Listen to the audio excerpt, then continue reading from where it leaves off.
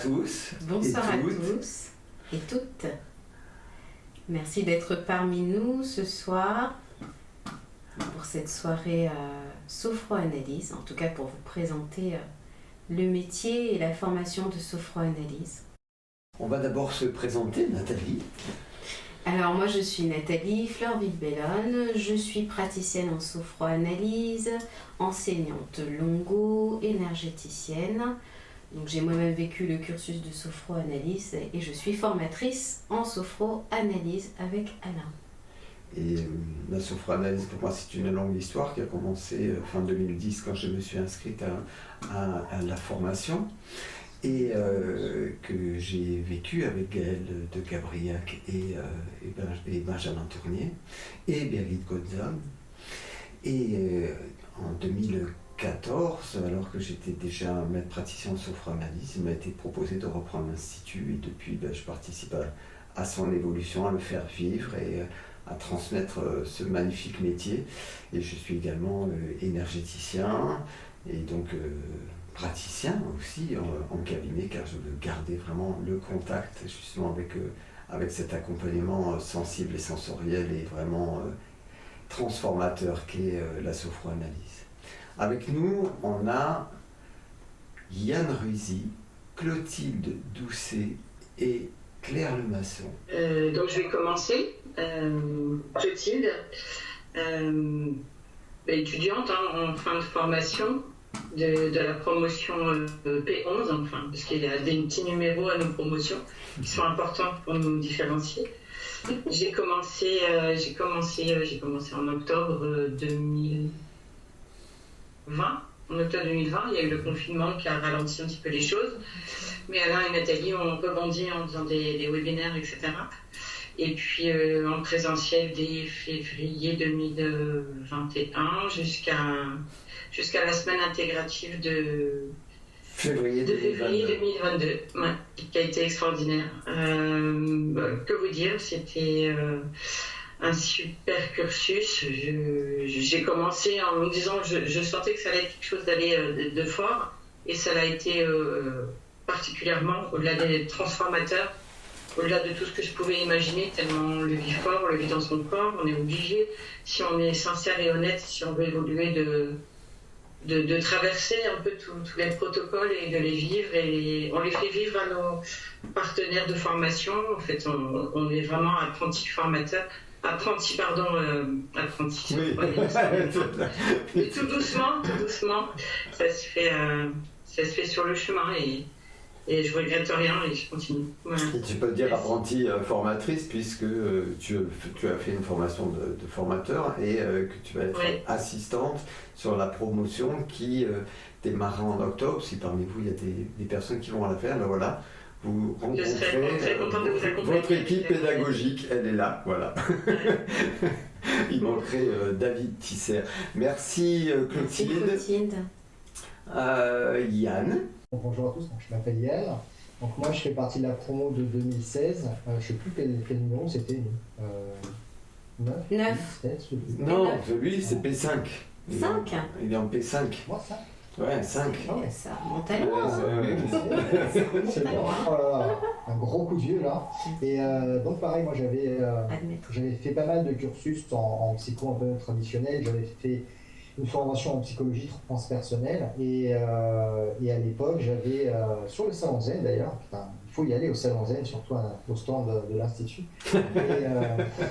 au passage, et puis en fait là j'avais trouvé la formation qui était faite par l'Institut à l'époque, donc avec Gaël et Benjamin, super intéressante, mais je l'avais pas fait cette année-là, et en fait je l'ai recommencé avec Alain donc en 2016, et ça a été un accélérateur phénoménal. Je pense qu'en l'espace de 2 ans, j'ai plus avancé à la fois sur moi-même et sur la relation d'aide en 5 ans, même plus de... En 5 ans et plusieurs vies. Voilà, donc c'est vraiment un accélérateur. Et donc non seulement c'est une avancée sur nous-mêmes, donc qui est vraiment à mon avis la base quand on veut être thérapeute, mais aussi c'est une très belle vision de la relation d'aide, de manière générale, avec énormément de bienveillance. Alors, comme le dira Alain peut-être tout à l'heure, sans complaisance. Donc, c'est une chose qu'il va développer, je pense. Mais voilà, il y a beaucoup de bienveillance, beaucoup de non-jugement. Et ça a permis d'apprendre un métier qui est vraiment magnifique et de pouvoir, dans le cadre d'autres activités, puisque je suis aussi réflexologue, etc., de pouvoir amener un petit peu de soutien un peu plus aux gens. Et la formation est vraiment très complète et on passe par l'expérimentation et on passe par notre propre développement, ce qui est fondamental quand on veut justement pouvoir, entre guillemets, aider l'autre. Bien, tu as introduit un peu tout ce qu'on va raconter. Faut pas tout spoiler non plus. On va regarder un peu. On va regarder un peu sous le coude. et puis sinon, on fait pas la présentation et puis finalement sinon, on vous laisse parler. En fait, c'est le meilleur moyen de parler de la formation, c'est d'écouter aussi ceux qui l'ont fait ou la font, comme Claire Lemasson. Merci Yann. Merci Yann. Bonjour à tous. Donc, je vais pas en dire autant qu'Yann parce que forcément, moi je viens d'arriver il y a un peu moins d'un an maintenant. Donc je suis de la promotion P12, donc de la dernière promotion en cours, on va dire, qui n'est pas complètement terminée puisque on a terminé le dernier module ce week-end et il nous reste une semaine complète à passer ensemble. Donc la formation n'est pas terminée. Donc pour la petite histoire, moi je suis arrivée à la sophroanalyse par le Salon Zen parce que je cherchais depuis longtemps à me renouveler professionnellement et personnellement, puisque j'ai passé toute ma vie dans le commerce. Donc le commerce, la communication avec l'autre est quelque chose de très important pour moi, mais j'avais envie de me renouveler, de trouver quelque chose qui résonnait plus avec ce que j'étais vraiment à l'intérieur de moi-même. J'ai commencé à m'intéresser aux thérapies, à regarder un peu ce qui se faisait, la sophrologie, les thérapies diverses et variées, et je ne trouvais pas quelque chose qui me donnait envie de le faire jusqu'au jour où je mets les pieds sur le Salon Zen, que je passe la journée à chercher et à ne pas trouver. Jusqu'au moment où, juste avant de partir, je me suis dit, bon, la sophrologie, bof, je vais quand même aller faire un tour sur le stand qui était marqué sophrologie. Et j'ai fait la connaissance d'Alain. Yann était également présent sur le salon, on a discuté pendant 1h30 et ce jour-là, j'ai pris la décision de me faire le plus beau cadeau que je me sois jamais fait de ma vie. Parce que la sophroanalyse est pour moi quelque chose de tellement puissant pour le retour vers soi, pour se découvrir. Je ne dis pas se redécouvrir parce que je crois vraiment qu'on ne se connaît pas. Jusqu'au moment où on prend la décision d'aller regarder à l'intérieur de soi, et le fait de pouvoir se connecter à son corps, pouvoir se connecter à son cœur, ça fait toute la différence par rapport à la majorité des thérapies que j'ai pu observer jusque-là, bien que je n'en ai jamais expérimenté aucune, jamais de psychologie, jamais rien, j'ai simplement observé. Et là, je suis vraiment tombée sur quelque chose qui m'a bluffée. Parce que je suis arrivée avec des certitudes et je me suis rendu compte que je me suis bien marrée parce que je m'étais complètement plantée. Et j'ai aujourd'hui 54 ans, bientôt 55. Alors autant vous dire qu'il n'est jamais trop tard pour bien faire.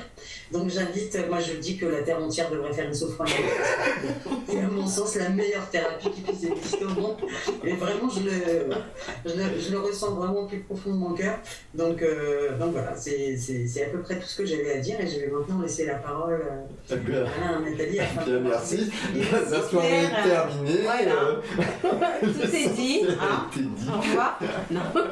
Merci à tous et bonne découverte. Merci. Hein? Juste avant de commencer, nous allons quand même créer un espace pour accueillir toute... Mais on va faire le principal de ce qu'on fait en sophroanalyse, on va respirer. Toute cette conférence, donc on va prendre un temps pour se reconnecter, respirer ensemble. Un petit ancrage où nous allons fermer les yeux. Tourner le regard vers l'intérieur. Prendre conscience de notre respiration sans la modifier. De simplement écouter comment je respire en cet instant.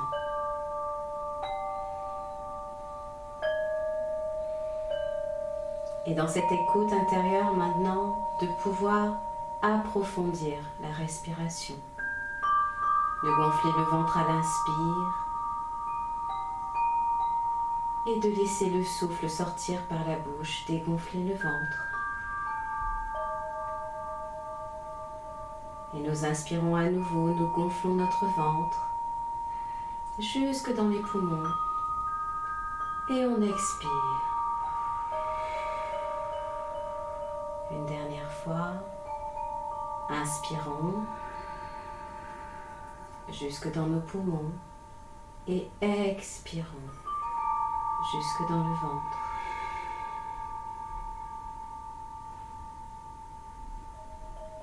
Et là, pendant un instant, laissons-nous porter par notre respiration, par son bercement. Et dans cette écoute intérieure, de pouvoir prendre maintenant conscience de nos points d'appui, de nos pieds déposés sur le sol,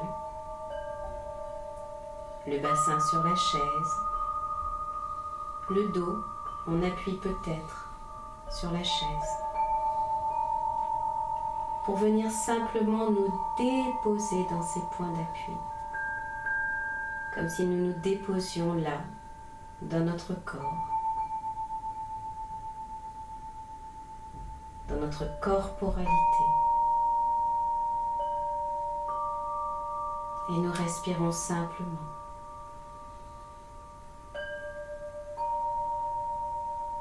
Et dans cette respiration maintenant, nous venons connecter le centre de notre poitrine.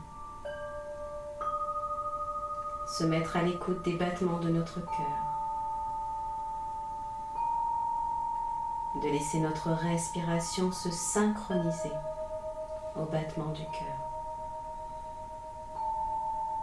Et si je ne ressens pas les battements de mon cœur, je peux simplement poser une main au creux de ma poitrine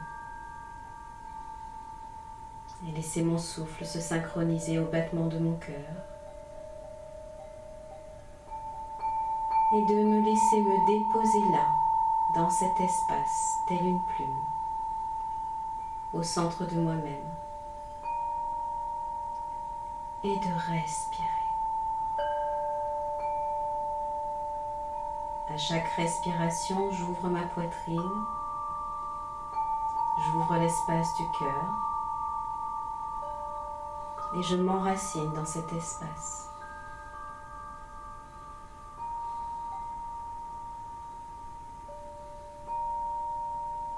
Et maintenant, je vous invite à vous visualiser dans une belle sphère de lumière qui vous entoure.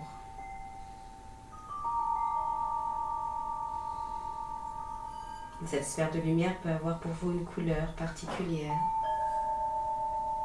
et de simplement vous installer là. Et de laisser tout votre corps, tout votre être s'ouvrir pour pouvoir accueillir dans toutes vos cellules cette conférence. Respirez.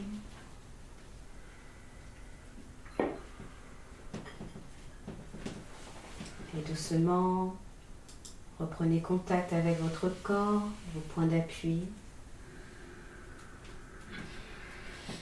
Revenir gentiment dans votre corps, dans la salle dans laquelle vous vous trouvez, tout en gardant cet état d'ouverture, de réceptivité. Et quand ce sera juste et bon pour vous, vous pourrez réouvrir les yeux ou simplement profiter de cet état en écoutant la conférence. Alors, trois étapes pour ce soir. On va essayer d'être à la fois complet mais bref pour vous expliquer comment nous voyons la sophroanalyse, que nous appelons intégrative, comment nous voyons le métier de sophroanalyste et ce que nous proposons, en fait, l'expérience de formation que nous proposons avec l'Institut. Donc avant de rentrer dans ce qu'est la sophroanalyse, juste un peu d'histoire. Oui, juste un peu d'histoire pour savoir d'où vient la sophroanalyse. Eh bien, cette méthode d'accompagnement a été inspirée des travaux du docteur Jean-Pierre Hubert en 1980. Donc, c'était un sophrologue psychiatre qui travaillait avec Caicedo, donc qui était déjà dans cette démarche d'accompagner l'autre vers l'autonomie. Il était également bioénergéticien. Donc il avait déjà le souci d'associer différentes approches pour son accompagnement. Et donc on lui rend d'autant plus hommage qu'il a beaucoup enrichi cette discipline et il a nourri, enrichi, inventé quasi. Et il est parti. Il a quitté cette terre l'année dernière, je crois. Paix à son âme. Paix à son âme. Ensuite, la sophroanalyse a rencontré Claude Imbert, ou Claude Imbert a rencontré la sophroanalyse. Elle a enrichi en fait la méthode avec une approche un peu plus, on va dire, ciblée sur les mémoires prénatales d'après ses recherches. Elle a aussi également un petit peu enrichi la sophroanalyse avec toute l'approche corporelle en y incluant plus de sophrologie, de sophro-relaxation. Ce qui a donné la sophroanalyse des mémoires prénatales. Création donc de l'IESA en 1999 par Claude Imbert. Qui reste donc à la tête de l'Institut jusqu'en 2007, lorsque Gaël de Gabriac, qui a été son élève, a racheté l'Institut et à partir de là, a fait évoluer la méthode de la sophroanalyse comme vraiment, on va dire, étant vraiment sophro, au sens où la corporalité est devenue vraiment l'un des deux piliers fondamentaux de la sophroanalyse, avec l'introduction de la sophrologie qui a été enseignée jusqu'à cette année par Birgit Kotzan à l'Institut et qui a été formée également à la sophroanalyse et qui est sophrologue depuis déjà maintenant plus de 15 ans. Et il y a finalement moi-même, Alain, qui en 2014 a repris l'Institut, a continué à nourrir du point de vue notamment de la psychanalyse et de nourrir également toute la dimension corporelle en faisant le pilier central de l'accompagnement par la mouvance notamment du corps et de l'ouverture à d'autres techniques comme la psychopathologie. Il y a eu aussi une formation avec l'EFT, il y a le longo, danse d'ancrage, qui est intégré à la sophroanalyse. Donc plein d'évolutions pour faire vivre finalement une technique qui est avant tout une technique d'alliance. Donc en fait, la sophroanalyse, c'est vraiment l'association, l'alliance de différentes disciplines, de pratiques ou de sciences dans le domaine de la relation d'aide et du développement personnel. Donc elle a su trouver le point de rencontre entre l'approche psychologique. Donc vous verrez que dans cette approche, on a de l'analyse transactionnelle, de la psychanalyse, une approche un peu jungienne, de la Gestalt, et de l'approche psychologie humaniste. Avec Rogers, donc l'accompagnement centré sur la personne, et également une approche beaucoup plus corporelle avec la sophrologie, les méditations, sophro-relaxation. Avec Alain, nous avons intégré maintenant le yin yoga, le longo, la sonothérapie et le chant. Mais aussi, elle intègre aussi dans son approche à sophroanalyse toute la philosophie orientale, donc la philosophie de la non-dualité, de cette approche qui est que nous sommes séparés de rien, que nous baignons dans un champ énergétique et que nous sommes tous interconnectés. Avant de passer à la page suivante, oui. Nous allons faire une page de publicité. Non, ce n'est pas une page de publicité, c'est pour accueillir une personne qui, voilà, a envie de nous rejoindre. Voilà. Donc la sophroanalyse, c'est vraiment par définition une alliance pour travailler sur toutes nos dimensions. L'humain est un corps, l'humain est plein d'émotions, il a un cœur, il a une âme, qu'on pense à Jung ou que l'on pense à une approche plus spirituelle, plus religieuse. Mais là, il s'agit vraiment d'aborder le concept de l'âme et surtout pas de le définir pour la personne. Et puis toute notre dimension esprit au sens spirituel du terme, mais aussi fonctionnement de notre esprit au centre duquel il y a ce soi. Donc une approche qui est intégrative sur le plan théorique, sur le plan pratique et qui est holistique dans le sens où elle aborde l'individu non pas en séparant ses dimensions, mais au contraire en les activant, en faisant appel à toutes ces dimensions de manière simultanée dans l'accompagnement. C'est-à-dire qu'on va, dans l'accompagnement, on va engager toutes les dimensions.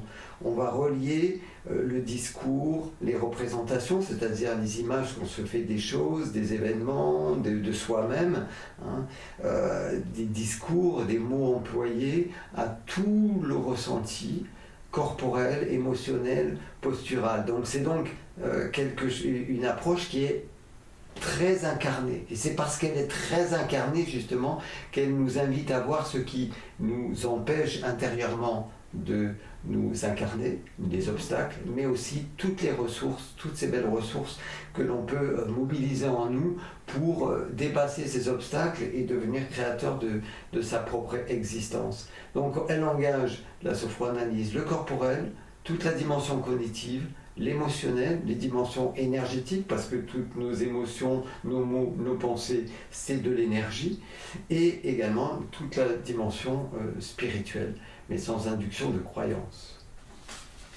Donc c'est grâce à cette alliance, la sophroanalyse est un bel outil, un fabuleux outil de connaissance de soi. Parce que comme le dirait Frédéric Lenoir, tout le chemin de la vie, c'est de passer de l'ignorance à la connaissance, de l'obscurité à la lumière, de l'inaccompli à l'accompli, de l'inconscience à la conscience, et donc de la peur à l'amour. Ça, c'est ce que propose la sophroanalyse. C'est un bon résumé. Oui. Hein? Donc tout ce processus, c'est donc un processus intérieur qui va permettre à la personne de recréer du lien, d'accord, de recréer du lien à l'intérieur de lui. Donc c'est-à-dire recréer du lien avec son corps, de sa connexion dans sa corporalité, de pouvoir harmoniser ce corps, de reconnecter de l'énergie vitale. De reconnaître aussi les émotions, les sensations. Les émotions, donc c'est tout ce qui est l'intelligence corporelle. C'est la connexion à soi dans le sens où je vais aller explorer, pacifier des aspects de moi que je ne connais pas, que je pense connaître. Donc c'est ce qu'on appelle les sous-personnalités.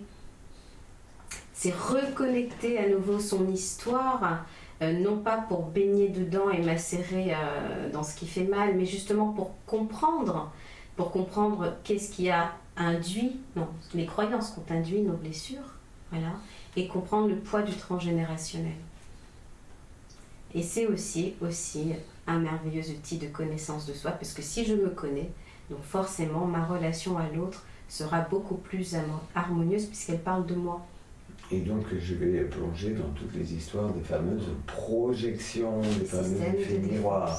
Donc ça aide à mieux se connaître, et mieux se connaître passe par le fait qu'il s'agit d'aller pacifier cette relation qu'on a avec notre propre histoire. Et notamment de sortir peut-être de l'histoire qu'on se raconte consciemment ou inconsciemment sur notre histoire et qui peut nous enfermer. Et donc, mieux nous connaître, c'est nous ouvrir à toutes nos dimensions, à notre pluralité, parce que non seulement on est dans la dualité, mais en plus on s'aperçoit qu'on a des facettes multiples et qu'on ne devrait pas dire j'arrive, mais nous arrivons, et que en même temps, toutes ces multiples facettes, plus ou moins contradictoires, eh bien, sont aussi, on va dire, gorgées de belles ressources vitales, et qu'il s'agit de pouvoir retrouver justement des ressources, des qualités, afin de pouvoir dépasser nos obstacles internes et sortir de croyances qui nous empêchent de nous incarner véritablement. Donc c'est un chemin qui nous amène à retrouver de la confiance et surtout de l'estime de soi, c'est-à-dire ce capital, employant les bons mots, narcissique, qui permet à l'enfant de s'aimer, et ses blessures parfois l'ont fait non pas détester ses parents, mais surtout se mal aimer lui-même, et cela continue beaucoup dans l'enfant intérieur des adultes que nous sommes, et qui, croyant faire des choix, sont en fait souvent soumis à des conditionnements issus des croyances de l'enfant, alors que là, prenant conscience de ces limitations, alors je peux retrouver mon libre arbitre, je peux retrouver mon pouvoir intérieur de choisir et non plus de subir, ce qui m'amène à sortir de mes dépendances. Et là, on ne parle pas des dépendances d'argent, etc., bien qu'elles soient très révélatrices, mais il s'agit de développer son autonomie émotionnelle, c'est d'abord de savoir un peu plus qui je suis et que l'amour que j'ai pour la vie et l'amour que j'ai pour moi-même ne dépend pas du regard des autres, et que cela me rend d'ailleurs beaucoup plus disponible à plus les regarder, à mieux les écouter et probablement à mieux les aimer. En tout cas, c'est un chemin qui, par la voie du cœur et du ressenti, nous aide à devenir petit à petit maître de notre monde intérieur. Donc comment on fait ça entre guillemets sans résumé? C'est tout un programme. Hein. Donc la clé, c'est respirer. Respirer, pourquoi? Parce qu'on est vivant déjà. Et donc c'est de réoxygéner vraiment ce corps afin de récupérer toute son intelligence. La respiration aussi nous permet de développer cet espace intérieur qui va nous permettre d'avoir de l'ancrage pour pouvoir accueillir ce qui est plus sensible à l'intérieur de nous. Donc, comme je le disais tout à l'heure, c'est se rapproprier ses intelligences, donc l'intelligence corporelle, émotionnelle et énergétique. C'est devenir plus complet. Et deuxième ingrédient fondamental de la sophroanalyse, c'est d'apprendre à développer pour soi la bienveillance et l'autocompassion, mais sans complaisance, la bienveillance. Et cadeau, c'est aussi de pouvoir récupérer, de pouvoir laisser se révéler à nous, réintégrer ou intégrer toutes nos ressources positives, tous nos potentiels pour pouvoir les manifester aujourd'hui. Et donc, grâce à ce chemin, on va aller à la rencontre de notre enfant intérieur et de son histoire, parce que c'est à partir de là, et c'est l'objet du webinaire de ce soir, et c'est en revanche l'objet de nombreux enseignements, c'est comment cette personnalité s'est construite, comment on a pu s'identifier à des croyances pour assurer notre survie, mais que ces armures peut-être d'hier, ces blessures d'hier continuent à entretenir peut-être des chemins qui ne sont plus justes pour l'adulte que nous sommes devenus. Et que l'adulte a aussi développé dans sa personnalité ces multiples aspects avec lesquels dont il a souvent pas conscience, mais qui sont souvent en conflit et qui s'expriment dans différents domaines de sa vie, relationnel, professionnel, personnel, sexuel, et dont il n'a pas connaissance qu'en fait ça vient d'une certaine façon bouffer son énergie, ses conflits intérieurs. Et donc il s'agit de petit à petit de développer cette présence à soi qui permet une écoute sensible afin de mieux conscientiser nos mécanismes, les mécanismes notamment de défense, tout ce qui freine notre évolution intérieure parce que nous ne sommes pas à l'écoute de nos besoins. Et cette conscientisation, c'est pas une conscientisation mentale, c'est une conscientisation qui va partir véritablement de la peau, de la vibration du corps lui-même, et à une lecture, si vous voulez, aussi plus subtile de nos énergies, puisque nous avons un corps émotionnel, un corps énergétique, plusieurs corps, il y en a 7 en tout, mais donc de s'ouvrir à des dimensions plus basses de soi, déjà de sortir des œillères qu'a le petit enfant, parce que sa perception ne peut être que partielle des événements. Donc on va s'ouvrir à d'abord un regard beaucoup plus large et plus conscient de ce que nous sommes et de notre histoire, mais ce qui va aussi développer d'autres peut-être aptitudes à nous lire, nous sentir, nous connaître, notamment passant par le corporel, mais aussi l'intuition. Et donc c'est parce qu'on aura fait ce chemin de connaissance de soi qu'on pourra être plus disponible et devenir plus conscient en fait de ce qui nous a construit, de ce qui nous habite, et c'est ce qui va favoriser le changement. Donc la sophroanalyse, c'est aussi un outil de transformation. C'est quelque part quitter le subir pour reprendre, pour prendre, c'est même pas reprendre, c'est pour prendre aujourd'hui ses responsabilités pour aller vers son autonomie. Donc, comme on a levé les voiles de l'illusion, des illusions de l'ego, c'est-à-dire les illusions et les croyances auxquelles s'est identifié l'enfant et qui sont actives dans les conditionnements de l'adulte, parce qu'on les aura accueillis avec bienveillance, alors on a connaissance de ce qu'on peut changer. Donc on peut faire le choix de réinformer certaines croyances, certains scénarios répétitifs, qui soient générés par notre compréhension des expériences de notre enfance ou hérités du transgénérationnel. Ce sont des obstacles à notre évolution. Donc si je fais le chemin pour sentir et comprendre ce qui m'empêche d'évoluer sur mon chemin, alors j'ai l'opportunité de poser de nouveaux choix et de nouveaux actes. Et donc pour ça, on a des puissants protocoles qui allient justement toutes les dimensions, à la fois de la psychothérapie, mais aussi de la respiration, de la méditation, du travail vraiment sur vraiment travail énergétique, d'incarner ce qui se passe là à l'intérieur de moi, et de pouvoir non seulement comprendre, mais au-delà de la psychothérapie, au-delà de la psychanalyse, il y a la capacité de changer dans la sophroanalyse. C'est-à-dire, ok, j'ai pris conscience de ce qui me bloque, je vais le déposer, je vais le réinformer et je vais poser des nouveaux choix. Pas seulement en séance, mais aussi dans ma vie de tous les jours. Et donc ce chemin nous permet de nous ouvrir à notre dimension créatrice, parce qu'on prend conscience, en fait, en faisant tout ce travail d'enquête d'historiens, d'archéologues, que nos pensées inconscientes sont créatrices d'événements répétitifs, de scénarios, de schémas. Okay. À partir du moment où on peut voir cela, mais le voir avec amour et bienveillance, c'est-à-dire pas en se rejetant, eh bien, on a la capacité de se réaligner sur toutes nos dimensions et à ce moment-là, de faire des choix qui sont beaucoup plus en cohérence avec ce que l'on est. Alors une autre pause pour accueillir un nouveau participant. Voilà. Et on repart. On parlait de cohérence. Et oui, parce qu'on a fait donc la connaissance de soi, on a commencé une transformation, et donc peut arriver le temps du changement. C'est aussi un fabuleux outil de changement. Parce que le bonheur, c'est quoi? Je crois que c'est Gandhi qui a dit ça. Le bonheur, c'est lorsque vos actes sont en accord avec vos paroles. Donc, ce qui veut dire quoi? À un moment donné, dans le processus de sophroanalyse, le changement arrive parce que toutes mes dimensions sont OK. Je suis en accord avec ce que je dis, ce que je suis, ce que je veux et ce que je fais. Et donc, alors là, à ce moment-là, s'ouvre le champ des possibles. Et toutes mes vibrations, toutes mes énergies vivent sur la même fréquence.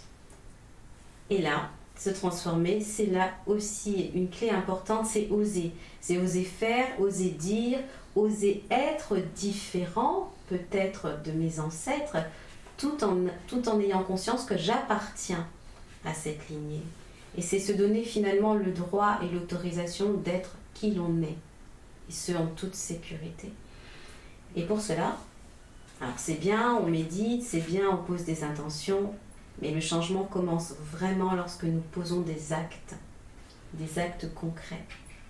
Donc on est vraiment dans une spiritualité de la vie, une spiritualité de l'action, parce que on peut très bien dire qu'on a changé dans sa tête, ok, très bien, mais quelque part, il faut que ce soit incarné, que ce soit manifesté. Et donc tout le travail de la réinformation, c'est de dire, ok, j'ai pu croire cela à un moment donné, j'ai compris pourquoi j'avais cru cela, j'ai compris ce que ça avait fait à d'autres, ce que ça m'avait fait faire à d'autres, j'ai compris ce que je me suis fait à moi-même, j'ai compris ce que j'ai laissé les autres me faire, et toute cette croyance-là, aujourd'hui, je vois qu'elle ne répond pas à mon besoin. Mon besoin, c'est celui-ci, je le définis, et je décide que je fais le choix de développer telle ou telle croyance. Ça reste une projection, mais ça reste une croyance, mais sauf qu'elle est consciente, celle-là, et qu'elle va pouvoir inspirer des actes, parce que c'est dans les actes que la vie se manifeste le plus. Donc, pour ça, il ne s'agit pas de changer en restant, entre guillemets, sans rien faire. Changer, c'est d'abord de faire un choix et de poser le premier pas de ce choix. Donc maintenant, on va aborder avec vous les bienfaits de la sophroanalyse. Donc, comme elle associe tous les aspects de nous, toutes nos dimensions, ça va nous permettre justement d'avoir un meilleur ancrage, une sécurité intérieure, de développer plus de conscience et de confiance en soi, d'estime de soi, de présence à soi, surtout de récupérer de l'énergie vitale. Parce que vous savez, lorsqu'on est en mode défense, attaque et défense, j'appelle ça, c'est un système, et bien ça consomme énormément d'énergie à la psyché et dans mon corps pour ne plus aller par exemple contacter une blessure que j'ai eue quand j'avais 6 ans. Donc tout cela, c'est ce qu'on appelle la charge émotionnelle. Une fois qu'elle est libérée, ben, on récupère toute cette énergie vitale. Et souvenez-vous aussi qu'on fait du lien avec notre histoire, avec nos parents, du lien avec nos ancêtres et du lien intérieur. Donc on est amené à ressentir à un moment donné sur le chemin cette unité intérieure. Et du coup, si je suis plus complète, si je me sens plus complète, du coup j'ai plus de créativité, j'ai plus d'élan, je change de regard carrément sur moi, sur les autres, et là on revient encore à l'autonomie et je suis beaucoup plus autonome avec mes propres affects et donc plus en harmonie dans mes relations. Donc, pour résumer, la sophroanalyse, c'est pas une pratique qui est une fin en soi. Il ne s'agit pas de la faire en ayant un objectif, parce qu'on ne sait pas ce que ça va, sur quoi ça va déboucher.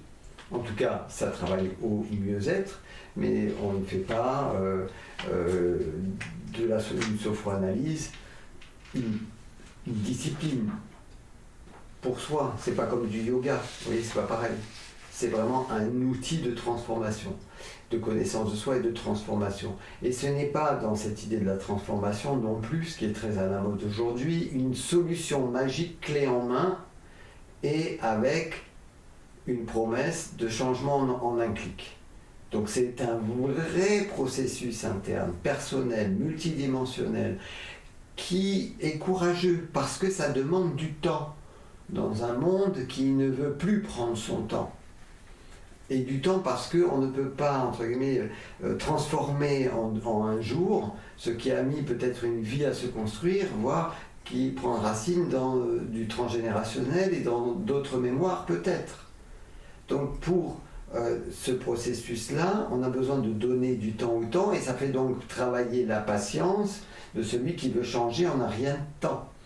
Et surtout, pour aller voir des histoires qui parlent de blessures, qui parlent de blessures des fois sur plusieurs générations, qui parlent de blessures très intimes, ça touche à l'intimité la plus profonde de l'humain, hein, et surtout en plus que ça passe par le corps, donc par toutes les histoires de ce corps qui est souvent un corps de souffrance. Donc toutes ces blessures que nous avons sont souvent les blessures d'amour, et pour guérir, elles ont besoin d'amour. Et nous sommes la première personne qui avons besoin de notre bienveillance, on peut la donner très facilement à d'autres, mais en fait c'est à nous-mêmes que nous la devons, parce que nous ne pourrons pas être des êtres aimants si nous ne nous aimons pas. Et donc tout ça, ça touche à des choses très touchy, c'est très sensible, c'est pour ça qu'il faut beaucoup respirer et avoir de l'ancrage et de la sécurité intérieure. Mais ça vaut le coup, puisqu'il s'agit de nous-mêmes et de notre propre existence, de notre propre droit de nous incarner, d'incarner qui nous sommes, et donc ça demande quand même de la détermination, hein, de la patience et de la détermination. Moi je dirais que la méthode, en tout cas l'approche de la sophroanalyse, c'est vraiment un chemin d'engagement, mais d'engagement pour soi. C'est faire le choix de soi, en fait. En fait, la première dimension qui m'a vraiment changé quand j'ai commencé la formation en 2016, ça a été vraiment la corporalité. C'est-à-dire que j'étais dans une formation de psychologie transpersonnelle, j'ai appris plein de choses, Jung, on commençait déjà à l'époque les rêves éveillés, mais quand je suis venu la première fois et que Alain m'a demandé pourquoi tu es là en fait. Et en fait, je lui ai dit, mais c'est parce que je me sens coupé entre mon corps, mon esprit, il y a quelque chose qui n'est pas complètement uni.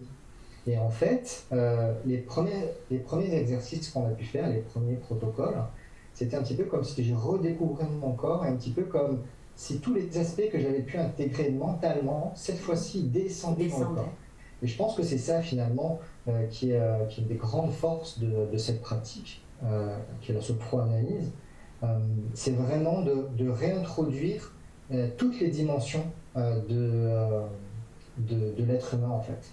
Donc cette partie corporelle, moi je sais qu'elle a été vraiment très compliquée, même encore maintenant quand j'essaie de faire un peu de longo, je sens que c'est compliqué. Tu t'en sors pas mal, hein. Voilà.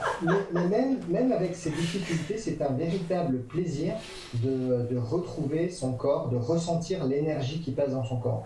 Et toutes les choses, tous les traumas qu'on a pu avoir, toutes les blessures, etc., elles s'intègrent beaucoup mieux quand elles passent également par le corps. Donc voilà, moi je pense que c'est ça vraiment qui a été, en plus de toutes les choses que j'ai pu dire en intro, mais je pense que c'est ça qui m'a vraiment donné un grand coup de fouet sur mon évolution personnelle et après sur ma pratique. Ben, le corps, c'est quand même le premier, entre guillemets, instrument avec lequel on aborde la vie. Et que pendant des mois et des mois, l'enfant n'acquiert que son corps comme moyen de communication. Et c'est par le corps c'est donc à partir de ressentis avant tout que la personnalité commence à se forger. À partir de ce qu'on ressent. Et justement, pour se protéger, eh bien, il y a des systèmes de défense qui fait qu'on se coupe des ressentis. Mais se coupant des ressentis, on se coupe d'une grande partie de nous-mêmes. Et donc les outils de la sophroanalyse nous permettent justement cette réunification, ce réapprentissage de soi par le sensoriel. Cette réintégration. Eh bien, moi, je ne peux que rebondir sur ce qu'a dit Yann, en fait, étant donné... J'avais moi aussi suivi des thérapies, hein, j'avais compris plein de choses dans la tête, et pourtant j'en étais toujours là. En fait, j'avais toujours les mêmes confrontations familiales, les mêmes choses, les mêmes sensations de mésestime de moi, etc. Et puis j'ai un corps qui continue de prendre sa place comme il peut parce que je ne lui en accordais pas. Et franchement, la corporalité, c'est l'outil, quoi. C'est pour moi maintenant la seule façon de pouvoir vraiment intégrer les changements. J'ai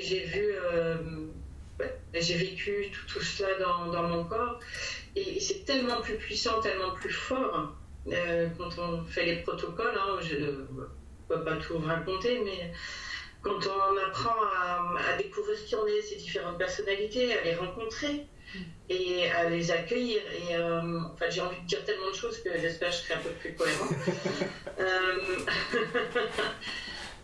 Comme par exemple, on parlait des ressources positives. Je sais que lorsqu'on est amené à se confronter à nos parts d'ombre, et on les rencontre et en fait on leur apporte de l'amour et on les accueille et on se rend compte qu'en fait elles n'étaient pas là par hasard, pas juste pour nous embêter, pas juste pour nous pourrir la vie, qu'on les avait fait vivre en nous parce que c'était une défense comme tu l'as juste dit tout à l'heure et qu'en fait elles nous ont apporté des ressources positives importantes et que maintenant on se dit bon ben moi je vais prendre la ressource positive et je vais laisser ce qui m'a pourri la vie entre guillemets par rapport aux autres.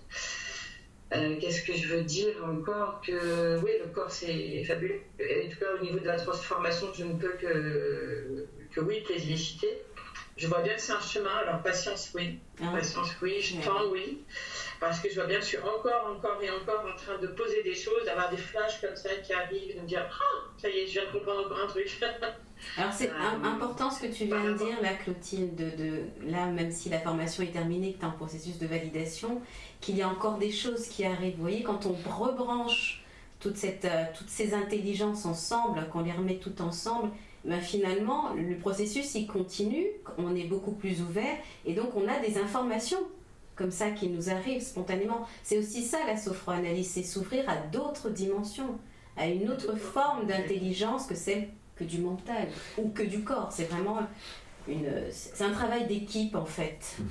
C'est cette unification puissante en fait, parce que j'avais fait du yoga d'un côté, enfin avant, et ça me faisait un bien fou au corps, et ça m'avait fait apprendre la relaxation, la respiration, tout ça, ok. Et je faisais des thérapies par ailleurs, et je me faisais comprendre des choses, et là, en fait, c'est vraiment la réunification des deux, et du coup, on avance tellement plus vite, tellement plus fort, et je me sens tellement en paix, et je sais que c'est que le début du chemin, en plus, c'est ça qui est formidable, et qui me donne envie de continuer encore et encore. Merci. Merci à toi. Est-ce que l'un de nos éditeurs de ce soir, je ne sais pas comment on dit, webinateur, je ne sais pas du tout comment on dit, voudrait poser une question? Parce que vous pouvez à ce moment-là poser une question dans le chat. Voilà, si vous avez une question, et nous vous répondons avec plaisir. Sinon, nous allons continuer notre petite présentation pour vous parler du métier. Parce que être sophroanalyste, c'est une chose de faire une sophroanalyse, et c'en est une chose que de décider d'apprendre à devenir sophroanalyste. Et donc...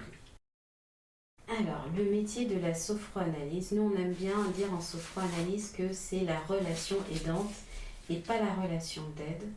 Pourquoi? Parce que bien souvent, dans notre enfance, ou quand nous étions petits, c'est dans la relation qu'on a été blessé.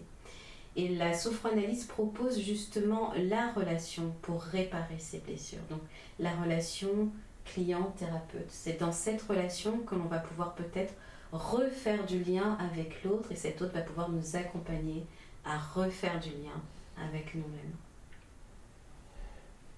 Donc c'est un métier d'accompagnement psychocorporel qui s'adresse uniquement aux adultes. Voilà. C'est aussi un métier qui nécessite pour le praticien une certaine qualité de présence, qui est ce qu'on appelle le cadre, le non-jugement, l'écoute, la bienveillance sans complaisance. C'est aussi un cadre extérieur et intérieur, donc bienveillant, sécurisant, donc une hygiène pour le praticien, la supervision, un cadre déontologique et éthique, et c'est surtout un accompagnement vers plus d'autonomie et d'unité intérieure pour le client si c'est son choix, parce qu'on respecte son rythme et son libre arbitre. Parce qu'il se peut que le client vienne vous consulter pour guérir et finalement arriver au cœur de sa croyance, décide de garder cette croyance et de ne pas la lâcher, de continuer avec. Donc nous respectons totalement ce choix. Pourquoi qu'aux adultes? Pourquoi qu'aux adultes? Parce que l'adolescent, l'enfant, est en période de construction. D'accord? Donc il ne sait pas, il n'est pas encore... il n'est pas encore solidifié dans son moi. Son moi n'est pas encore installé. Donc on ne va pas toucher quelque chose qui est fragile. Nous n'avons pas les compétences de pédopsychologue. Donc c'est ça aussi être sophroanalyste, c'est de voir où sont nos limites. On ne va pas toucher à la structure d'un enfant ou d'un adolescent. L'adulte, oui, et vous verrez, on vous donnera d'autres indications sur les adultes que nous pouvons accompagner à travers ce métier. Qu'est-ce qu'un praticien? C'est avant tout un individu, un humain qui a des savoir-faire, mais dans la qualité des savoir-faire, en fait, c'est bien, c'est pas suffisant. Il a surtout un savoir-être. Et c'est ce lien que nous travaillons énormément en formation, de façon à ce qu'il y ait un humain là, dans la pièce, accompagnant une autre personne, qui est conscient qu'il a sa propre histoire, qu'il a ses propres blessures, donc ses propres croyances, ses propres fonctionnements, qu'il a acquis un minimum de savoir théorique et qu'il a pratiqué ce qu'il pratique et que ces acquis-là sont suffisamment solides pour pouvoir accompagner d'une manière professionnelle. Mais sa compétence, je dirais sa légitimité, dépendra surtout du chemin qu'il a fait. Parce qu'on ne peut accompagner personne sur un chemin sur lequel on n'est pas passé. Donc ça veut dire notamment quand on parle de bienveillance sans complaisance, il est important de savoir ce que ça veut dire pour soi. Parce que en fait, il faut qu'il ait développé suffisamment d'autocompassion, de bienveillance pour lui-même, pour pouvoir en faire le miroir à ses accompagnés. Parce que nos accompagnés vont poser sur les sophroanalystes, comme sur tout thérapeute, un transfert. Et notamment parce que ce sera la première écoute qu'il aura de véritable, une écoute non jugeante, une écoute bienveillante. Et ce cadre-là, ce cadre relationnel est pour une fois hyper sécurisant. Et parce qu'il est hyper sécurisant, alors la personne peut se confier. Et déverser ce qu'elle a de plus intime, son histoire, ses peurs, ses souffrances, ses fantasmes, ses désirs, ses cauchemars. Ses joies aussi. Ses joies aussi, mais ça parle quand même beaucoup de... Généralement, on ne vient pas chez un sophroanalyste pour dire je suis super heureux. Ou alors, on va questionner cela. Accueillir la joie. Mais en tout cas, d'être capable justement de s'ouvrir à la joie, de s'ouvrir à l'amour, c'est un chemin qui est pas facile souvent, et ça a besoin donc de quelqu'un qui soit là pour l'écouter, qui soit sécurisant dans son cadre interne et son cadre professionnel, son cadre externe. Donc c'est pour ça que chez nous, on va passer par l'expérience pour apprendre cela. Donc ce que propose la formation, c'est de vous vivre le processus de la sophroanalyse tout en apprenant les bases de la profession. En tout cas, c'est assez bateau, c'est-à-dire que si vous voulez être pâtissier, vous devez faire des gâteaux. Voilà. Donc il nous paraît essentiel de pouvoir intégrer dans toutes nos dimensions les outils que nous allons proposer aux clients. C'est, souvenez-vous, la congruence, sinon ça n'a pas de sens. Continue. Et donc, cette congruence-là, ça permet de sortir des grands pièges, et on en parle beaucoup dans la formation, des grands pièges, je dirais, de toute pratique thérapeutique. Derrière tout praticien ou aspirant praticien, il y a un enfant intérieur qui veut sauver ses parents et en fait se sauver lui-même. Derrière absolument tout praticien, du médecin jusqu'au sophroanalyste, en passant par l'énergéticien, le chaman ou l'aide-soignante, il y a cette notion du sauveur. Et plus vous voulez sauver quelqu'un, moins vous lui rendez service et plus vous-même, en tant que praticien, vous vous mettez entre guillemets en danger, parce que si la personne ne veut pas être entre guillemets sauvée, de quoi ça va parler chez vous? Et ça va vous justement, ça peut toucher des histoires de praticiens qui deviennent impuissants à force d'avoir voulu être tout puissant, de contrôler, d'avoir du pouvoir sur mon patient, de dire à sa place, de faire à sa place, de penser à sa place. Non, on n'en est pas là. On forme, la sophroanalyse est là pour révéler ce qu'il y a en nous, ce qui est déjà là. Et le sophroanalyste, c'est pas lui qui révèle l'âme, qui révèle l'aide, qui va t'éveiller, c'est celui qui va juste accompagner la personne à trouver tout cela en elle. Donc c'est une posture d'humilité par laquelle il faut forcément passer, et c'est en cela que en fait votre premier client, eh bien c'est vous, dans cette formation. Vous allez devenir votre premier client en traversant tout le processus de la sophroanalyse. Et comme dit Régis Carlos, sur le chemin de la vie, sois doux lorsque tu t'accompagnes. Parce que la sophroanalyse, c'est aussi le cœur, la bienveillance. C'est l'ingrédient qui change tout. C'est justement une des qualités que le sophroanalyste, comme on l'a vu plusieurs fois, doit intégrer, parce que c'est lui qui va représenter cette bienveillance aux yeux du client. C'est lui qui va l'écouter, c'est lui qui va devenir ce parent qu'il n'a pas eu. Donc autant faire que le sophroanalyste puisse installer cette qualité-là pour en faire le miroir à ses clients et pour pouvoir aussi l'accompagner à réintégrer cette qualité. Nous, c'est ce qu'on apprend en sophroanalyse, c'est de reconnecter la bienveillance pour soi. Alors oui, ça peut être compliqué parfois, on ne va pas le dire.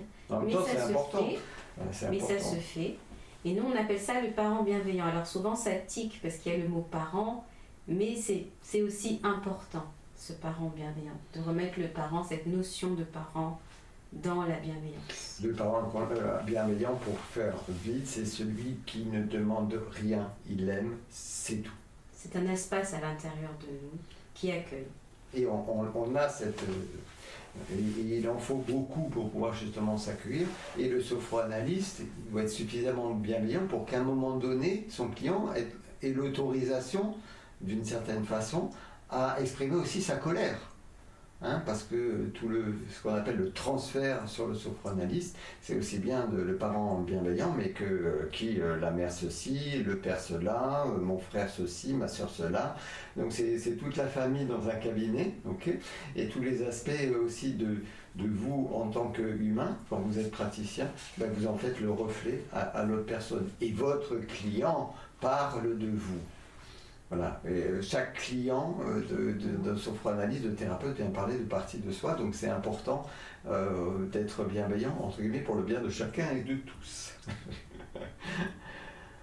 Donc, pour nourrir cette multidisciplinarité, cette capacité à intégrer, en sophroanalyse, on a vraiment de la théorie qui est nourrie par les différents types de sophroanalyse, de psychanalyse, pardon. Par l'analyse transactionnelle qui nous permet d'avoir des bases notamment sur tous les dessous des relations, les transactions, les enjeux dans la relation, nos interdits, nos autorisations, les espaces de nous qui s'expriment dans la relation. Vous avez aussi une initiation en psychopathologie en niveau 1 sur les grands concepts de la personnalité autour des névroses, psychoses, états limites avec David Tisser, avec qui nous parlerons de cadre, et en niveau 2, il y a des renforcements également en psychopathologie. On va aussi aborder la sophrologie d'une manière un peu théorique, mais surtout pour comprendre la différence entre la sophrologie intégrative et la sophroanalyse intégrative, et l'utilité de la sophrologie dans la sophroanalyse.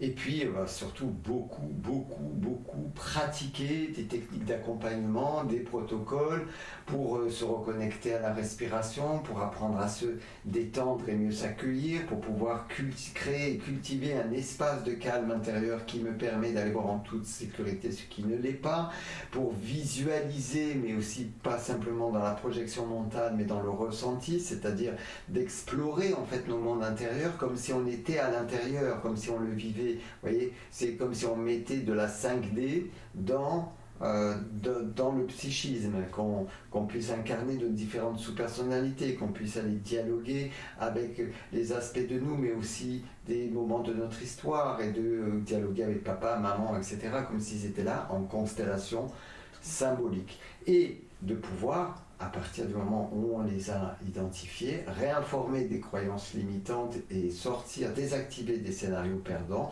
pour poser de nouvelles intentions assorties de nouveaux actes. Mais la sophroanalyse, souvenez-vous, je vous ai dit que c'est aussi la voie du cœur. Donc la voie du cœur passe beaucoup par le corporel, avec des méditations statiques ou en mouvement, du chant spontané, des pratiques de groupe et des pratiques supervisées, donc des conduites d'entretien individuel où vous accompagnerez votre collègue et nous serons là à vous superviser. Donc vous rentrez quand même dans le métier par la pratique.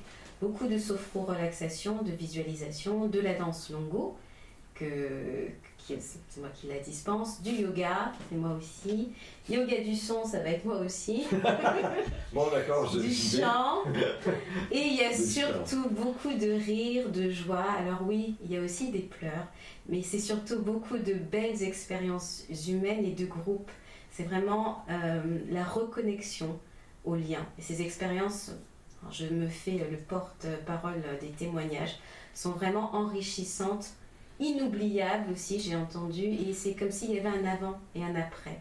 Parce que dans cette formation, nous avons à cœur de poser un cadre sécurisant et bienveillant pour que justement ce qu'il y a de plus intime en vous, dans votre cursus personnel, puisse émerger afin que vous puissiez le réintégrer pour parfaire justement votre posture professionnelle.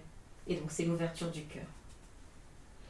Donc ça, on ne va pas rentrer dans les détails, mais pour accompagner, il y a plein d'outils en sophroanalyse, des protocoles, des techniques de respiration, des techniques de déplacement, qui sont vraiment auxquels on fait appel tout au long de ce qu'on appelle la boucle créative, qui est un des principaux outils de la sophroanalyse, qui partant d'un point A, ce qui émerge, la réaction que l'on a et que le client vient exposer dans la séance, vient déposer un souvenir récent ou beaucoup plus ancien, eh bien de rentrer à l'intérieur, de pouvoir explorer avec diverses étapes cette question, tout ce que ça soulève pour identifier ce qui peut éventuellement être changé et en tout cas de pouvoir réinformer en fait ces croyances.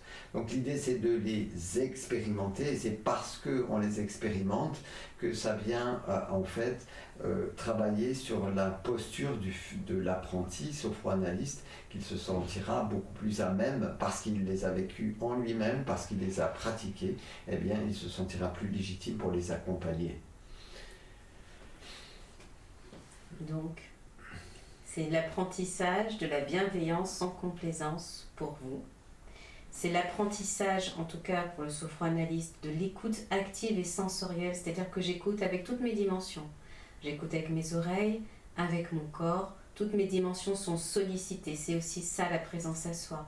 C'est de développer, alors ça ne veut rien vous dire pour le moment, l'observateur conscient et sensoriel, pour expliquer, c'est le témoin, c'est l'état de témoin, celui qui peut voir, qui a un pas de recul, ce que je suis en train de me raconter, dans quelle émotion je suis en train de me barrer, voilà, sans me défusionner, sans me fusionner totalement à cette émotion. Ça, c'est le contact frontière. C'est aussi une façon de reformuler, de dialoguer avec le client. C'est surtout aussi une question de connaître les contre-transferts et les enjeux de la relation. Parce que nous aussi, autant le client transfère des choses sur nous, mais nous aussi, nous transférons des choses sur le client.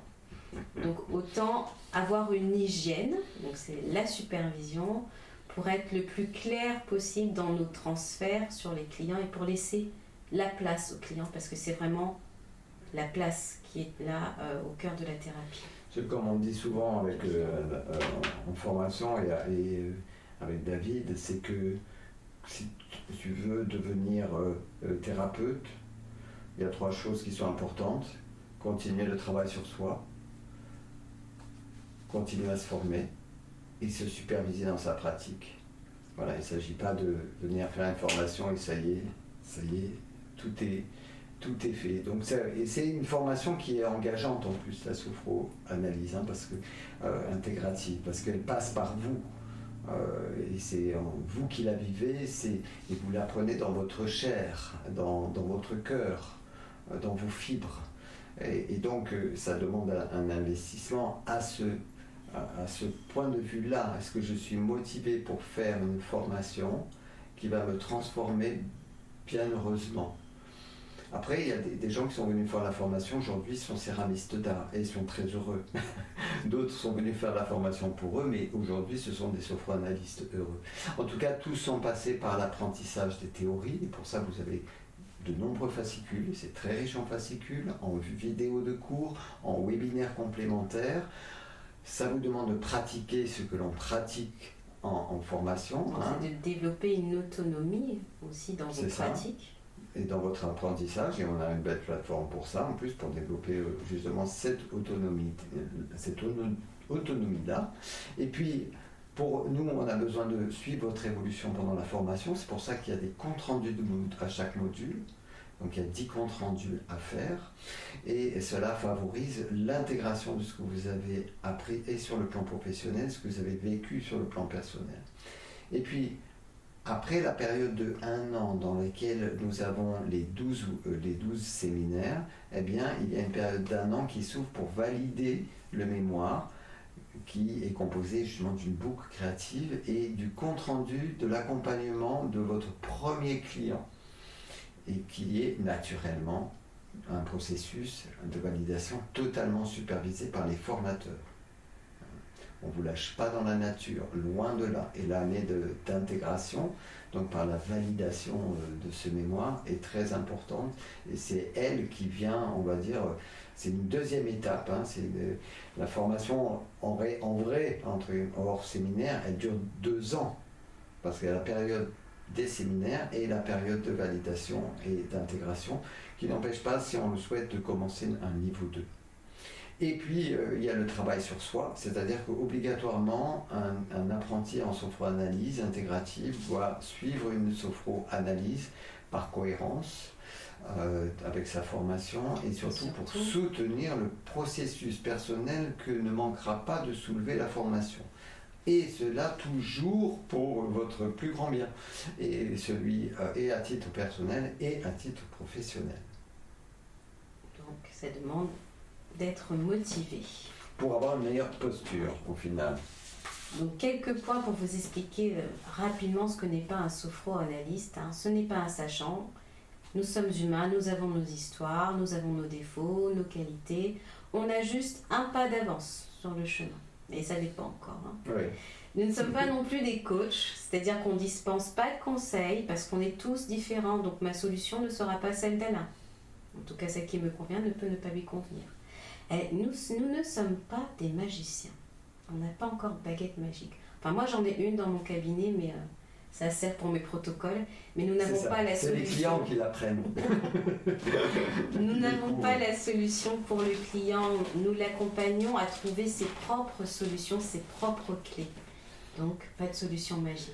Nous ne sommes absolument pas médecins. Nous ne faisons pas de diagnostic. Nous ne prescrivons pas de traitement quelconque. On a un cadre déontologique qui est très important et qui participe à la sécurité de la relation avec notre client et sur le fait justement de ne pas se prendre pour ce qu'on n'est pas, parce qu'on n'est pas non plus psychologue. Ni psychanalyste. On n'a n'est pas pas fait de cursus universitaire, on n'a pas fait notre... on appelle ça le clinique, on n'a pas fait ça. Nous ne sommes pas non plus chamans, énergéticiens et tout ce que vous voulez, enfin tout ce qui est dans ce domaine-là. Disons que quand on pratique la sophroanalyse, on ne fait pas de soins énergétiques. Mais ça travaille au niveau énergétique quand même. Mais il n'y a pas un guérisseur qui va faire une action pour guérir l'autre. Non. C'est pas la même posture. Il n'y a toujours pas de baguette magique. Il n'y a toujours pas de baguette magique. En plus, parce que de toute façon, tout ce qui se passe au niveau des transferts, de la volonté de sauver l'autre, etc., ça touche aussi bien le psychologue, le psychanalyste, le chaman, l'énergéticien, le médecin, que le coach. Ou que les guides spirituels. Les guides spirituels ou l'être éveillé. Donc on essaye déjà d'être bien avec soi, d'être humain, de s'accueillir avec bienveillance pour pouvoir créer un espace dans lequel le client pourra venir déposer ce qui lui semble juste de déposer. Et puis le sophroanalyste, s'il a une autre compétence, eh bien, il peut très bien l'associer. Nous avons des sophroanalystes qui sont psychologues, des sophroanalystes qui sont hypnothérapeutes, des sophroanalystes qui sont sophrologues, qui sont naturopathes, qui sont ostéopathes, qui sont énergéticiens, qui font du chamanisme. C'est vraiment, à ce moment-là, le cadre que je propose à mes clients. Je peux leur dire que je fais sophroanalyse et soins, ok ? Est-ce que ça vous convient ? Est-ce que ça vous convient ? Je fais que la sophroanalyse. Mais si je fais que la sophroanalyse, je fais que de la sophroanalyse. Je ne vais pas m'amuser en loose day à faire des soins. Donc il est important justement de toujours se placer dans la relation à ce niveau-là avec les personnes que nous accompagnons de façon à ce que cette sécurité, cette confiance se pose parce qu'elle est la condition même du processus. Parce que c'est dans la relation, souvenez-vous, que la sophroanalyse propose d'aller réparer ses blessures. Donc dans cette relation, autant être clair, nous en tant que praticiens, pour pouvoir accueillir nos clients. Donc qui peut se former ? Alors toute personne qui veut se former à la méthode, toute personne attirée par les techniques psychocorporelles, toute personne qui souhaite mieux se connaître, se comprendre, à tous les praticiens déjà de la relation d'aide ou du monde médical, parce qu'on a déjà eu des psychologues, des psychothérapeutes, des médecins aussi, et à toute personne qui serait en reconversion professionnelle. Mais c'est surtout, ça s'adresse à des personnes qui sont motivées, parce que c'est vraiment un chemin engageant qui demande vraiment de l'investissement personnel. Et c'est pour ça, donc, surtout qu'on va travailler avec l'intime, le psychologique, l'inconscient. Si on a des fragilités physiques trop importantes au point de santé, psychologique, si on est fragile psychologiquement, si on a eu des problèmes psychiques graves, ce n'est pas une formation c'est fonctionnelle, tranquille, voilà. Donc, pas de personnes qui sont en dépression, qui ont ils sont en dépression, pourquoi ? Parce qu'on travaille en état sophroliminal dans cette approche, donc en état de conscience modifié. Donc on ne va absolument pas aller toucher à quelque chose qui est déjà sensible avec des sophro-relaxations. En revanche, beaucoup de personnes qui ont fait la formation ont eu auparavant des dépressions, voire des burn-out, etc. Et c'est après qu'ils ont décidé de faire la formation. Et là, ça a été très bénéfique pour eux. Parce qu'ils se sont investis. Parce que c'est pas une formation pour touristes. Voilà. On ne peut pas y aller les deux doigts dans le nez. Non, moi, j'aime bien dire c'est pas du bonbon. C'est voilà, pas que du bonbon. Voilà. On ne va pas travailler que sur le truc et puis on ne va pas faire que des schmilblick. On y va. Voilà, on y va. C'est une formation pour des gens qui ont envie d'y aller. Okay. Donc c'est pas, si on vient simplement chercher une carte de visite pour dire ah tiens je suis thérapeute de ceci, thérapeute de cela. Non, si je viens simplement chercher des outils mais que je considère que j'ai rien à apprendre d'autre, c'est pas non plus la bonne porte. Mais tout ça, ça se fait en douceur, hein. Ça a l'air comme ça un peu... Oui, ça a l'air un peu rêche, mais on n'est pas méchant du tout, ils pourront vous le dire. Voilà, regardez comment on n'a pas l'air méchant. Donc ça, c'est l'équipe pédagogique, donc Alain, moi-même et David Tisser, une perle. Une perle dans le pays des psychologues. Voilà. Et tout ça pour faire une formation en 4 étapes. Donc la première, c'est être en relation avec son histoire, avec son corps, avec soi, avec les autres. Donc là, c'est 4 week-ends de 2 jours à Paris. Et puis on rentre ensuite plus profondément dans les fondamentaux de la sophroanalyse avec 5 modules de 3 jours et des webinaires. Il y a des webinaires en première étape et en deuxième étape. Et puis vient la semaine intégrative, 2 modules, donc 6 jours ensemble en résidentiel pour la semaine où on va beaucoup pratiquer et avec sur la thématique notamment du pardon du cœur et qui ouvrira à la prévalidation. Et donc, au bout de cette première année, eh bien, il y a une autre année qui s'ouvre, l'année de coaching du mémoire qui se fait à distance avec également plus la supervision de l'accompagnement de votre premier client et vous avez 1 an pour valider la formation.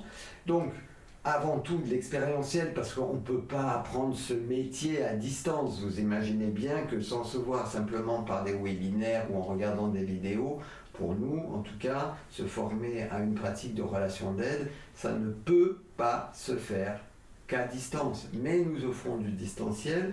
D'ailleurs, on va inaugurer normalement demain Yes Academy, qui est une plateforme de formation avec un espace individuel pour chaque étudiant, dans lequel il va retrouver tous ces outils du type les fascicules, les guides, les différents guides, les cas, mais également les cours de vidéo et les webinaires. Il y a de quoi faire et de quoi voir. Et donc cette belle aventure commence bientôt le 22 octobre 2022.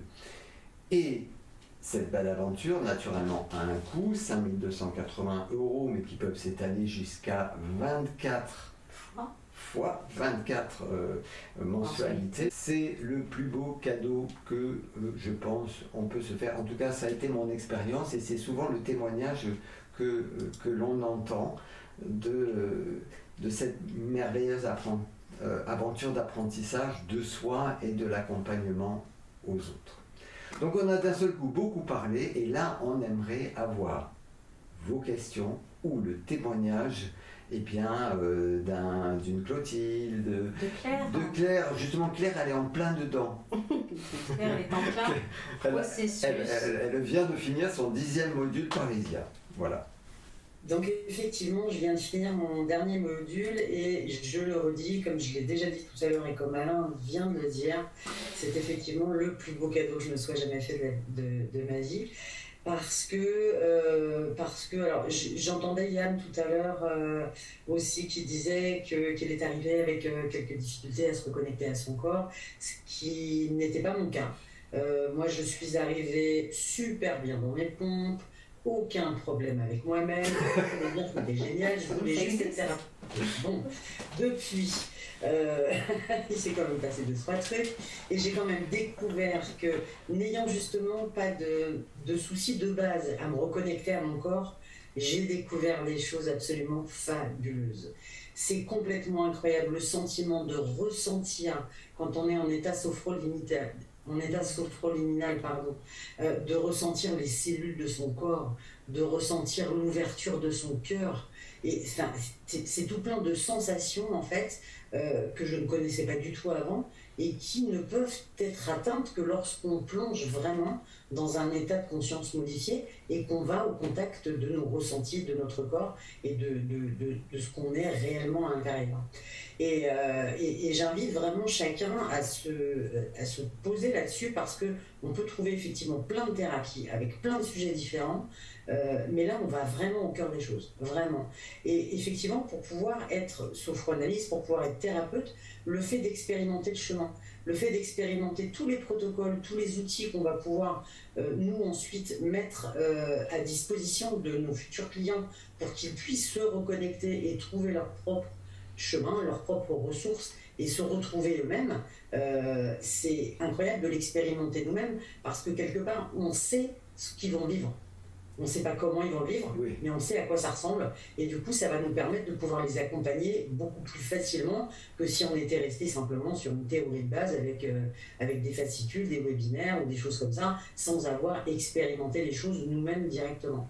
Et je pense que c'est vraiment ce qui fait la différence. Et quand Alain dit oui, les gens qui veulent faire que du webinaire, ben, c'est pas la peine, je le rejoins parce que je l'ai compris, oui, effectivement, pendant la formation, c'est impératif d'expérimenter soi-même pour pouvoir accompagner correctement quelqu'un tout en sortant de cette espèce de position de sauveur, de ne pas induire en fait la personne qu'on a en face de soi, de simplement être présent, d'être en lien avec par la respiration, par la respiration cœur à cœur, c'est quelque chose d'exceptionnel.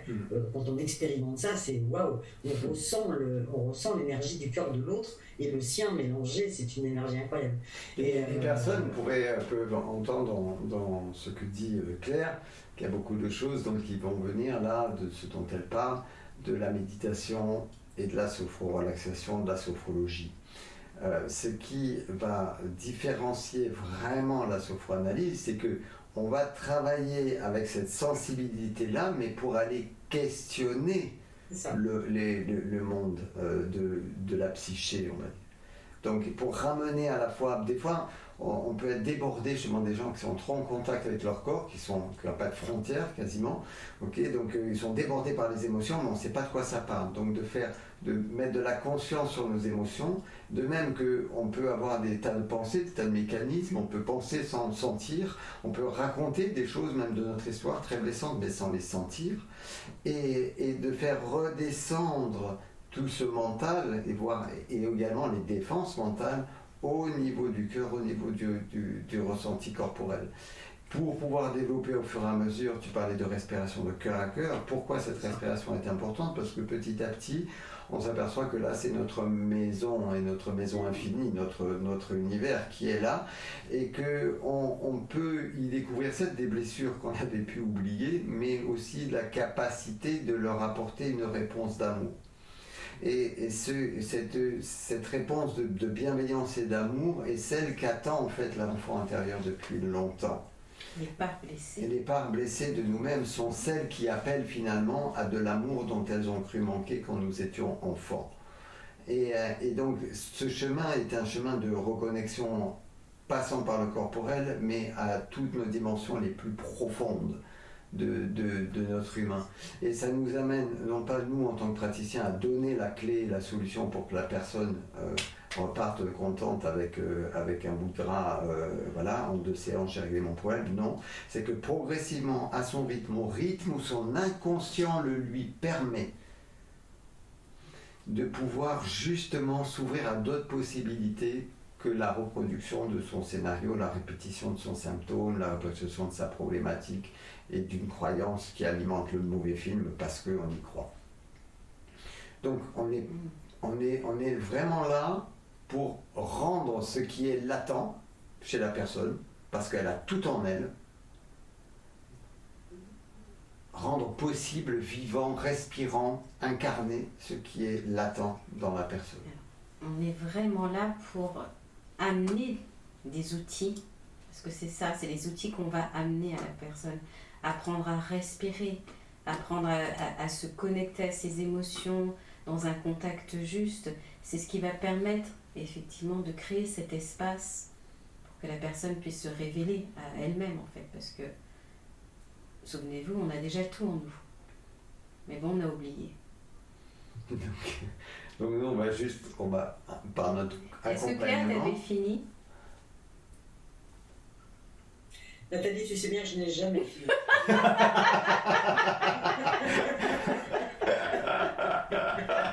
Donc je vous rends la parole. C'est bon, on va vous laisser avec Claire. Alors, pendant que nous parlons, nous, formateurs, étudiants, assistants, si vous avez des questions à nous poser, surtout c'est le moment, n'hésitez pas. Alors, et est-ce que justement, par rapport à ce qu'on a dit sur la formation, Yann qui est assistant, peut-être peux-tu apporter ton point de vue? Moi, j'aimerais revenir sur un point que vous avez dit qui était intéressant quand vous disiez que finalement la formation est engageante. Je suis tout à fait d'accord dans la mesure où il faut s'investir. Il y a un travail personnel, pas scolaire, mais un travail qui est sur soi, qui est important.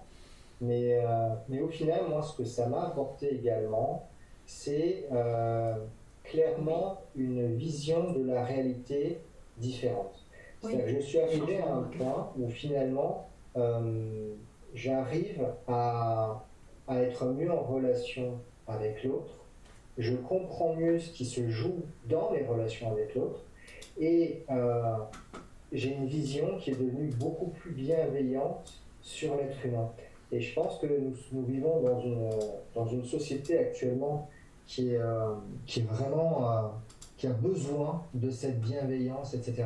Donc oui, effectivement, c'est engageant, mais le résultat sur soi-même, sur sa vision du monde, est tellement importante que c'est là où je comprends parfois quand on dit on commence à changer de manière individuelle pour changer le monde. Donc je pense que c'est grâce à une meilleure compréhension de l'être humain qu'on a avec cette formation, qu'on a avec vous, formateurs, et aussi avec les assistants, ils sont super les assistants, géniaux les assistants, changer le monde à un moment donné. Donc c'est engageant, oui, mais il y a une dimension autre que celle de simplement suivre une formation pour apprendre des protocoles ou pour apprendre des notions psy. C'est beaucoup plus que ça, cette formation, et votre accompagnement également. Voilà ce que je voulais dire. Merci, parce qu'on ne peut pas faire ça sans vous, donc merci.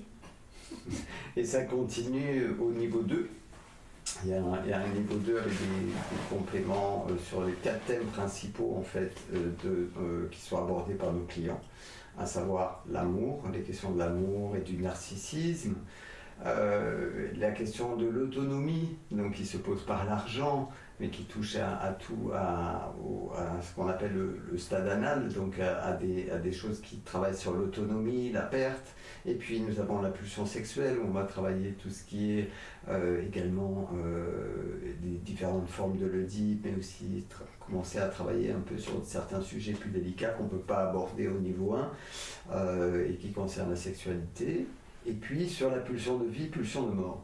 Parce qu'en fait, pourquoi on termine par la mort? Parce qu'en fait, c'est prendre conscience de la mort, c'est se donner enfin le droit de vivre complètement et pleinement, on va dire, dégager de la peur de la mort. Donc dégager de la peur de la vie. Et que le travail de transformation, le chemin que l'on fait intérieurement, est un chemin qui nous fait passer par quoi? Par justement des étapes dans notre vie où nous avons été confrontés à la séparation, à des deuils. Et que pour pouvoir finalement faire de l'espace en nous, pour pouvoir développer d'autres qualités, nous incarner pleinement dans notre existence, il va falloir faire le deuil de certaines choses. Okay. Et puis le travail également sur soi, en train de travailler avec d'autres pour un temps, pour quelques mois, pour 1 an, pour 2 ans, 3 ans, et puis à un moment donné se dire au revoir et faire en sorte justement que notre client n'ait plus besoin de nous, ou que nous ayons nous-mêmes plus besoin d'accompagner et qu'il poursuive sa route sur d'autres horizons, peut-être d'autres disciplines, et quitte à revenir quelques temps, quelques années plus tard, s'il en ressent le besoin. L'idée, c'est que nos clients, les personnes que nous accompagnons, bien justement sortent de ce que j'appelle le complexe d'incarnation pour pouvoir vivre pleinement leur existence. En tout cas, c'est de les accompagner à accepter, en fait, tu parlais de mort tout à l'heure, c'est d'accepter que la mort fait partie de la vie. Voilà. D'accepter ça. C'est pas évident, ça vient comme ça. Hein, c'est le cycle de la vie. Alors, une question, pas de question. Sachez que de toute façon, vous pouvez nous joindre sur le site sophro-du6 analyse.eu. Je remets là le nom du site où vous pouvez trouver toutes les informations. Vous avez notre mail. La présentation va être en replay, donc vous serez informé aussi d'un replay. Et n'hésitez pas à venir aussi si vous êtes parisien ou sur l'île de France, venir nous voir. Venir voir Alain. Ouais, parce que Nathalie ne sera pas là, dommage. Au Salon Zen. Donc sur notre stand où il y aura encore d'autres sophro-analystes, hein. Yann sera là, Yann va venir, Claire sera là également, et puis d'autres également. Je ferai 3 conférences le vendredi, le samedi et le dimanche à 16h autour des questions de la sophro-analyse et d'une question importante, qui je veux être vraiment. Parce que souvent en formation, qui je suis vraiment, les personnes arrivent et disent je veux être moi-même, et je réponds non sans un certain amusement, oui mais lequel.